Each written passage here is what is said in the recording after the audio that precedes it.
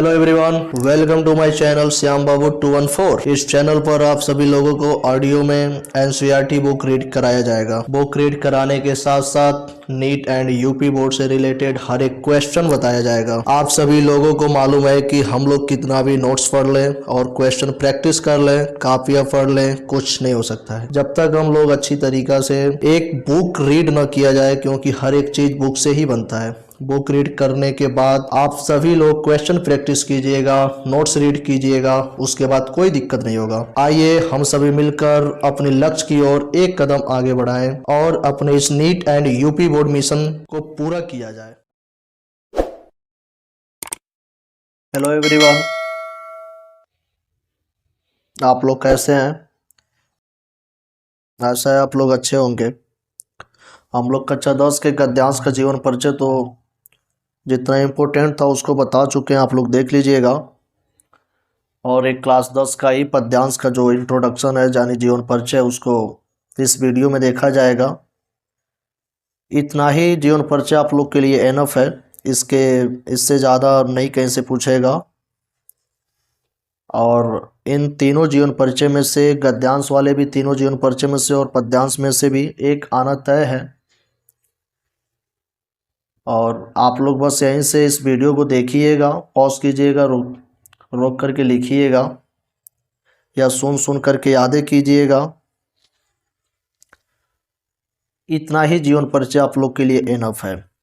आप लोग इस वीडियो को बार बार देख करके याद कर लीजिएगा। और इसमें जो रचनाएं बताए गए हैं वो एमसीक्यू का क्वेश्चन भी यहीं से सॉल्व हो जाएगा, मात्र इसी रचनाएं से ही। आइए अब पद्यांश का जीवन परिचय देखा जाए कि पद्यांश में जीवन परिचय में कौन कौन है, उनके बारे में भी देखा जाए, क्योंकि क्वेश्चन यहाँ से भी आता रहता है बोर्ड एग्जाम में। आइए फर्स्ट वाले को देखा जाए, जिनका नाम है कवि सूरदास। सूरदास जी के बारे में देखा जाएगा। इनका जीवन परिचय भी बार बार पूछा जाता है और ये भी इनका भी जीवन परिचय इम्पोर्टेंट है। आइए इनके जीवन परिचय को शुरू किया जाए कि सूरदास का जीवन परिचय क्या है। कृष्ण भक्ति धारा के प्रतिनिधि कवि सूरदास जी का जन्म सन 1478 ईस्वी। इनका जन्म सन 1478 ईस्वी में दिल्ली के निकट सीही नामक ग्राम में माना जाता है। इस विषय में विद्वानों में मतभेद है कि कुछ विद्वान आगरा से मथुरा जाने वाली सड़क के निकट रुनकता के पास सीही ग्राम में मानते हैं। ये सारस्वत ब्राह्मण थे। इनके जन्मांध होने के संबंध में भी विद्वानों में मतभेद है। इनके वर्ण विषय की सजीवता और हृदयग्राही चित्र रूप बताते हैं कि ये जन्मांध नहीं थे। कुछ विद्वानों में इतना मतभेद था कि वो ये मानते ही नहीं थे कि जन्मांध हुए थे। श्री कृष्ण की बाल लीला, गोपी विरह तथा गोपी उद्भव प्रसंग का जो रूप प्राप्त होता है वह किसी अंधे के लिए असंभव प्रतीत होता है। सूरदास बचपन से ही शांत एवं वैरागी प्रकृति के थे। एक गौघाट पर विनय के पद गाया करते थे। यहीं एक बार इनकी भेंट बल्लभाचार्य जी से हो गई। इनकी भक्ति भावना से प्रसन्न होकर स्वामी बल्लभाचार्य जी ने इन्हें शिष्य रूप में स्वीकार कर लिया और इन्हें कृष्ण लीला का भजन करने को कहा। एक गोवर्धन पर्वत पर बने श्रीनाथ जी के मंदिर के पुजारी हो गए और तन्मय होकर श्री कृष्ण की लीलाओं का गुणगान करने लगे। स्वामी बल्लभाचार्य के पुत्र विट्ठलनाथ ने कृष्ण भक्ति शाखा के 8 कवियों का एक संगठन बनाया जो अष्टछाप के नाम से जाना जाता है। सूरदास इसके सर्वश्रेष्ठ कवि थे। उनकी मृत्यु पारसौली ग्राम में सन 1583 ईस्वी में हो गई। कवि सूरदास जी का मृत्यु पारसौली ग्राम में सन 1583 ईस्वी में हुई। आप इस वीडियो को फिर रिवाइज करके देखिएगा, सुनिएगा, याद हो जाएगा। आइए अब इनकी रचनाओं को देखा जाए। इनकी रचनाएं में सूर सागर, सूर सरावली और साहित्य लहरी के बारे में बताए हैं। आइए अब एक एक करके देखते हैं कि सूर सागर क्या। सूर सागर एक ग्रंथ है, देख लीजिएगा। सूर सागर में आता है कृष्ण की बाल लीला, गोपी प्रेम, मथुरागमन, गोपी विरह, उद्धव गोपी संवाद। इस रचनाएं को बार बार देख करके लिख करके याद कर लीजिएगा, क्योंकि रचनाएं पूछा जाता है और आपके इसी से एमसीक्यू क्वेश्चन भी बन रहा है और इस समय एमसीक्यू भी ज़्यादा आ रहा है। तो आप लोग रचनाएं को लिख करके सुन करके याद कर लीजिएगा। अब आइए दूसरे वाले को देखते हैं, सूर सरावली। सूर सरावली में आता है सूर सागर का संक्षिप्त संस्करण दिया रहता है और साहित्य लहरी में आपका दृष्टिकृत पद आता है। आइए अब इनके भाषा शैली को देखते हैं कि भाषा शैली में किस किस भाषा का यूज किए इन्होंने अपने जीवनी लिखने में, इसको देखा जाए।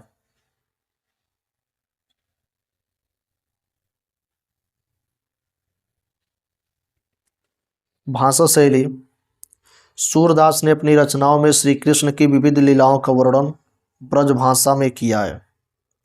इनकी कविता में भाव पक्ष, कला पक्ष दोनों समान रूप से प्रभावपूर्ण हैं। सूर्य के सभी पद गेय हैं। सूरदास ने सरल एवं प्रभावपूर्ण शैली का प्रयोग किया है। इनका काव्य मुक्तक शैली पर आधारित है। कथा वर्णन में वर्णनात्मक शैली का प्रयोग हुआ है। दृष्टिकृत पदों में कुछ क्लिष्टता का समावेश अवश्य हो गया है। आइए अब नेक्स्ट जीवन परिचय देखा जाए कि नेक्स्ट जीवन परिचय नहीं, दूसरा जीवन परिचय किनका है पद्यांश में। सेकेंड जीवन परिचय आपका है गोस्वामी तुलसीदास जी का जीवन परिचय है। आइए अब गोस्वामी तुलसीदास के जीवन परिचय पढ़ा जाए, इनके बारे में भी जाना जाए, इन्होंने क्या किया, कैसे किया। आइए शुरू करते हैं। गोस्वामी तुलसीदास जी का जन्म सन 1532 ईस्वी 1532 ईस्वी में बांदा जिले के राजापुर नामक ग्राम में हुआ था। कुछ विद्वान इनका जन्म एटा जिले के सोरो नामक ग्राम को मानते हैं। इनकी माता का नाम हुलसी तथा पिता का नाम आत्माराम दुबे था। अभुक्त मूल नक्षत्र में जन्म लेने के कारण जन्म से ही माता पिता द्वारा परित्यक्त होने के कारण इनका बचपन बड़े कष्ट में बीता। सौभाग्य से इनकी भेंट बाबा नरहरि दास से हो गई, जिनके साथ में ये तीर्थ स्थानों में घूमते रहे और विद्या अध्ययन भी करते रहे। उन्हीं के साथ काशी जाकर इन्होंने शेष स्नातक सनातन नामक गुरु के पास 15 वर्षों तक वेद शास्त्र, दर्शन एवं पुराणों आदि का अध्ययन किया। इनका विवाह दीनबंधु पाठक की सुंदर कन्या रत्नावली के साथ हुआ। इनका विवाह दीनबंधु पाठक की सुंदर कन्या रत्नावली के साथ हुआ। ये उसे अत्यंत प्रेम करते थे। एक दिन उनकी अनुपस्थिति में वो अपने मायके चली गई। वे उसके वियोग को सहन न कर सके और भीषण वर्षा में नदी को एक 100 के द्वारा पार कर आधी रात के समय पत्नी के पास पहुंचे। इनके इस कार्य से रत्नावली क्षुब्ध होकर एक ऐसा बात कर दी जिसके वजह से तुरंत ही उल्टे पैर लौट गए और काशी जाकर सन्यासी हो गए। इनका शेष जीवन तीर्थ यात्रा, भजन कीर्तन, सत्संग और कथा विवेचन में ही बीता। इनकी मृत्यु सन 1623 ईस्वी में वाराणसी में 80 घाट पर हुई। इनका भी जीवन परिचय आप लोग वीडियो को रिवर्स करके रिवाइज करते रहिएगा। आइए अब इनके जीवन परिचय के, अब इनकी रचनाएं को देखा जाए, उन्होंने कौन कौन सी रचनाएं लिखी है। आइए रचनाएं के बारे में देखा जाए। रचनाएं, तुलसीदास की प्रमुख कृतियां निम्नलिखित हैं। इन्होंने क्या क्या रचनाएं लिखी है देखा जाए। रामलला नाछू, वैराग्य संदीपनी, रामाज्ञा प्रश्नावली, जानकी मंगल, रामचरितमानस, वरवै रामायण, पार्वती मंगल, गीतावली, विनय पत्रिका, कवितावली, हनुमान बाहुक, दोहावली, कृष्ण गीतावली। इन्होंने रचनाएं इतना लिखा है। देखिएगा ये रचनाएं बहुत ज़्यादा इम्पोर्टेंट है और यहाँ से एमसीक्यू भी आपका बनता रहेगा। इस पूरा रचनाएं को याद कर लीजिएगा। आइए भी इनकी भाषा शैली को देखा जाए कि भाषा शैली इनका क्या है। भाषा शैली, तुलसीदास का ब्रज और अवधि दोनों भाषाओं में समान अधिकार था। ब्रज और अवधि दोनों भाषाओं में समान अधिकार था। विनय पत्रिका ब्रज भाषा में तथा रामचरितमानस की रचना अवधि भाषा में की है। जो विनय पत्रिका लिखे इन्होंने ब्रज भाषा में लिखा है और रामचरितमानस अवधि भाषा में लिखा है। ये दोनों रचनाएं विश्व स्तरीय हैं। इन्होंने तत्कालीन सभी काव्य शैलियों में काव्य रचना की है। रामचरितमानस उनका सर्वश्रेष्ठ काव्य ग्रंथ है। यह हिंदी साहित्य की रत्न ग्रंथ माना जाता है। रामचरितमानस हिंदी साहित्य का रत्न ग्रंथ माना जाता है। आइए थर्ड वाले जीवन परिचय को देखा जाए। तीसरे नंबर पर किसका जीवन परिचय है, आइए उनके बारे में देखा जाए। तीसरा जीवन परिचय आपका महादेवी वर्मा जी का है। आइए महादेवी वर्मा जी के बारे में भी देखा जाए, इन्होंने क्या लिखी, क्या क्या की है, इनका जीवन परिचय देखा जाए। महादेवी वर्मा का जन्म 26 मार्च सन 1907 ईस्वी में फर्रुखाबाद उत्तर प्रदेश में हुआ था। इनके पिता श्री गोविंद प्रसाद सहायक अध्यापक थे। शिक्षित परिवार एवं माँ से महादेवी के संस्कारों का निर्माण हुआ। बचपन से ही माँ से रामायण महाभारत की कथाएं सुनते रहने के कारण इनके मन में साहित्य के प्रति आकर्षण उत्पन्न हो गया था। फलतः मौलिक काव्य रचना इन्होंने बहुत छोटी आयु से आरंभ कर दी थी। डॉक्टर स्वरूप नारायण वर्मा से 14 वर्ष की अल्पायु में विवाह हो गया। महादेवी वर्मा का विवाह डॉक्टर स्वरूप नारायण वर्मा से 14 वर्ष की अल्पायु में ही इनका विवाह हो गया। सन 1933 ईस्वी में महादेवी ने एमए संस्कृत प्रथम श्रेणी में प्रयाग विश्वविद्यालय से उत्तीर्ण किया तथा प्रयाग महिला विद्यापीठ की प्राचार्य नियुक्त हुई। दर्शन, संगीत तथा चित्रकला में इनकी विशेष अभिरुचि थी। भारत सरकार ने इन्हें पद्म भूषण से अलंकार किया। महादेवी वर्मा को भारत सरकार ने पद्म भूषण से अलंकार किया।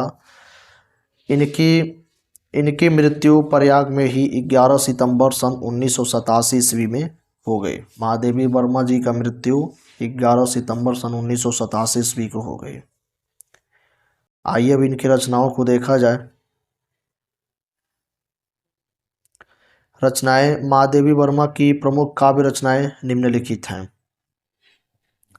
निहार, दीपशिखा, रश्मि, यामा और सांध्य गीत। इसको देख लीजिएगा, ये बहुत ज़्यादा इंपॉर्टेंट है। महादेवी वर्मा जी की रचनाएं बार बार पूछा जाता है। अन्य रचनाएं भी इनका है। गद्य में भी आपने अनेक महत्वपूर्ण रचनाएं प्रस्तुत की हैं। एक गद्य में भी इनका रचनाएं हैं, आइए उसको देखा जाए। अतीत के चलचित्र, स्मृति की रेखाएं, श्रृंखला की कड़ियां, पद के साथी। ये रचनाएं जो अन्य रचनाएं ये बहुत ज़्यादा इंपॉर्टेंट है क्योंकि बार बार ये आ चुका है। तो देखिएगा इस बार भी ये आएगा एमसीक्यू में, इसको देख लीजिएगा क्योंकि ये क्वेश्चन बहुत ज़्यादा आईएमपी है।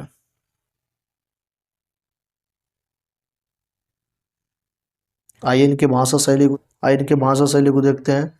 पद्य के क्षेत्र में महादेवी वर्मा की शैली का विकास धीरे धीरे हुआ। इन्होंने भावात्मक शैली का प्रयोग किया। इन्होंने संस्कृत निष्ठ खड़ी बोली को अपने काव्य की भाषा बनाया है। साथ ही ब्रज भाषा का प्रयोग भी किया है। छायावादी 4 प्रमुख कवियों में से इनकी गणना की जाती है। महादेवी वर्मा को छायावादी 4 प्रमुख कवियों में से इनकी गणना की जाती है। आप इन तीनों महान लोगों का जीवन परिचय बार बार रिवाइज कीजिएगा, रिवर्स कर करके वीडियो को देखिएगा, सुनिएगा, याद हो जाएगा। और इससे ज़्यादा मत किसी का याद कीजिएगा क्योंकि यही 3 पद्यांश और 3 गद्यांश में से जीवन परिचय इनफ है आप लोग के लिए। और इसी से पूछेगा, इन्हीं तीनों लोगों में से ही जीवन परिचय आएगा आप लोग के बोर्ड एग्जाम में। और इन तीनों लोग की रचनाएं को पूरा डिटेल में देख लीजिएगा क्योंकि एमसीक्यू भी आएगा। थैंक यू दोस्तों।